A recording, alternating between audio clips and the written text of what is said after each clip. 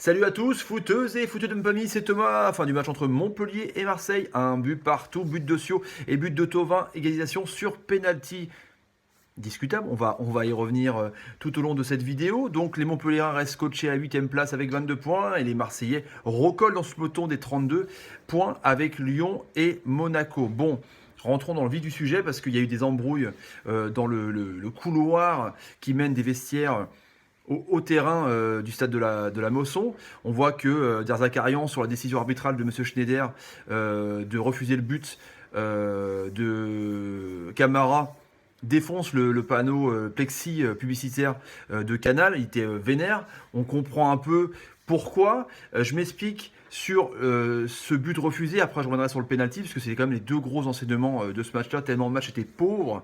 Montpellier, sur une pelouse un peu meilleure, mais en même temps une pelouse un peu meilleure, ça leur sert à quoi d'avoir une bonne pelouse pour montrer un jeu aussi dégueulasse, 35% de possession de balle, 6 tirs dans ce match avec une défense à 5. L'autobus, je pensais que Troyes et Strasbourg, les petites équipes, où j'arrête pas d'en parler dans mes vidéos, allaient montrer que c'est possible pour des équipes à plus fort budget, un peu plus huppé, qui jouent peut-être l'Europa League, les qualifications, je le souhaite pour les Montpelliérains, essaye de montrer plus de jeu quand même chez toi. Et ben en fait non, ce gang des autobus reste là, et bon, c'est triste à dire, mais bref, on va revenir donc sur ce but refusé, donc coup franc, but de Camara, et on voit le corps arbitral un peu douter. On voit surtout Steve Mandanda, le capitaine marseillais, aller influencer Payet qui était à côté d'ailleurs, piètre capitaine ce soir encore, franchement, on va y revenir.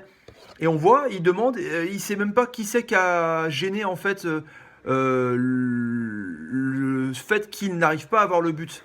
On voit que Hilton est clairement hors jeu quand Camara fait la tête.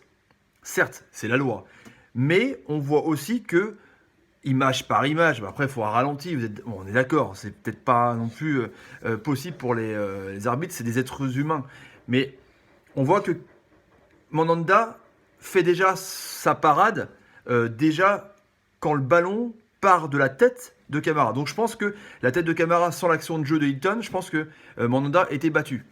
Donc c'est vraiment très très litigieux cette histoire.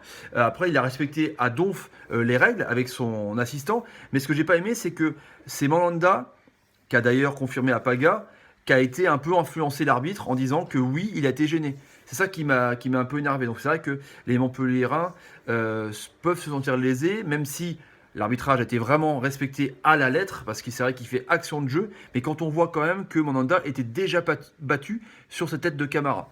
J'essaie en fait de pas faire l'avocat du diable, mais de pas mettre les Marseillais en disant que voilà, ils n'ont pas volé ce but, et de dire aux Montpelliérains qu'ils peuvent sortir lésés. Je me fais l'avocat du diable en fait.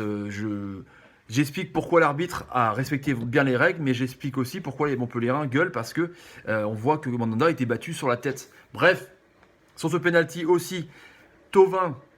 Non, Sanson par contre, qui revient donc à la Mosson, l'ancien Montpelliérain, on voit qu'il reçoit le ballon dos au but. Quand on reçoit le ballon dos au but dans les 6 mètres, on a toujours cette action de pivot pour essayer de marquer.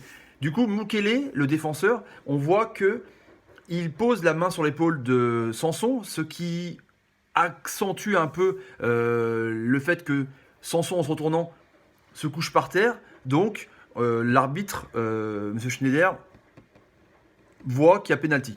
Il décide qu'il y a pénalty. En plus, après, il y a Hilton sur le ballon donc de Sanson qui est contré pendant son tir, touche le bras d'Hilton, mais collé au but. Donc il y a eu collé au corps, pardon. Il y a eu une espèce de micmac, on n'a rien compris, on ne savait pas pourquoi il y avait pénalty, si c'était Hilton ou si c'était Mukele, mais on voit aussi que quand Sanson se retourne, il se retourne tout seul en pivot.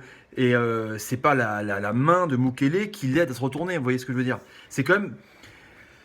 Soit c'est super bien arbitré, soit c'est vraiment à deux poids deux mesures en tout cas. Deux poids deux mesures pour les Montpelliérains. Je comprends vraiment l'énervement des Montpelliérains, parce qu'ils pouvaient faire un bon classement, mine de rien. Et là, du coup, ils le font pas, quoi. Ils restent coachés un peu dans ce ventre mou. J'aimerais pas être à la place des Montpelliérains en même temps. Quand on voit le match qu'ils ont fait, Et quand on peut toujours se dire par rapport à ces dieux du foot, ces fameux comment dire, dogmes footballistiques qui font que quand tu joues, comme a fait Strasbourg, quand tu essayes, quand tu provoques, et ben du coup tu marques plus de buts. Du coup là tu te rends à des décisions arbitrales douteuses et litigieuses. Vous voyez ce que je veux dire? Il faut toujours essayer de s'en sortir sans ces décisions arbitrales. Mais je comprends pour autant pourquoi ils sont lésés. Mais en même temps, Marseille a beaucoup plus proposé. Marseille a beaucoup plus possédé le ballon à Montpellier, qui le laisse vraiment décemment depuis le début de saison. On a vu enfin Sanson, Zamboanguissa, Gustavo, ce milieu de terrain qui restera, j'espère, jusqu'à la fin de saison. En tout cas, pour ma part, en tout cas, j'espère que c'est le souhait de Rudy Garcia. Payet, voilà, il essaye à gauche, quoi. Je sais pas si c'est un peu du management ou du genre parce que c'est le plus gros transfert de l'ère courte de ce Champions Project, mais ça sert à rien de le mettre, quoi. C'est une catastrophe. C'est une grosse catastrophe. Enfin, il met Germain. Bon, Mitroglou est rentré à sa place. Je trouve que Germain a proposé plus. D'ailleurs, il a vraiment été au combat. On voit le combat qu'il y a eu des défenseurs et des milieux de terrain montpelliérains. On voit que il aide mieux, il est mieux en pivot, il est beaucoup plus intelligent sur le jeu. Je trouve que là, à part Payet à gauche, je trouve que c'était une équipe marseillaise parfaite qui a montré quand même qu'il pouvait postuler au podium, ou au moins rester dans l'objectif donc de Rudy Garcia, maintenant avoué dans ce top 4. En tout cas, c'était vraiment super intéressant. Du côté montpelliérain, le but de Sio est fantastique. Hein, ce ballon de Sakai qui revient, là, cette reprise de volée, là, vraiment génial. Sio, encore des fois, il marque des buts de ouf souvent, et des fois il loupe des buts tout faits. C'est tout le paradoxe de l'attaquant montpelliérain. Je sais de quoi je parle parce qu'il a été au Stade Rennais pendant des années. Donc voilà, Montpellier c'est intéressant. Il était en numéro 10, un peu reculé d'Mbenza. Il y avait ses saisons derrière. Aguilar, c'est très intéressant. Il y avait un super duel entre Amavi et Aguilar. Aguilar, c'est un bon latéral super intéressant. Voilà. Je trouve que Montpellier, je dirais pas que c'est surcoté, mais je les vois mal quand même par rapport à certaines équipes qui essaient de proposer plus de jeux, finir dans le top 6. En même temps, Nantes est 5e et a l'air de le rester. Donc voilà pour mon débrief du soir. Donc c'est un match nul vraiment mérité pour le Montpellierin parce que du coup, il y a eu ces décisions arbitrales et ils se sont battus vraiment avec leurs armes et avec leur philosophie. Et c'est un match nul assez chanceux pour les Marseillais parce que si l'arbitre avait décidé de ne pas respecter les règles à la lettre, on est d'accord, ou s'il a décidé de ne pas suivre son instinct ou de ne pas aider la grosse équipe, on va dire qu'ils auraient pu perdre ce match et du coup décrocher par rapport à ce poteau de tête. Donc voilà, je vous laisse faire votre propre avis. En tout cas, c'est vrai que les Marseillais vont être contents de ce match nul et trouver normal ces décisions.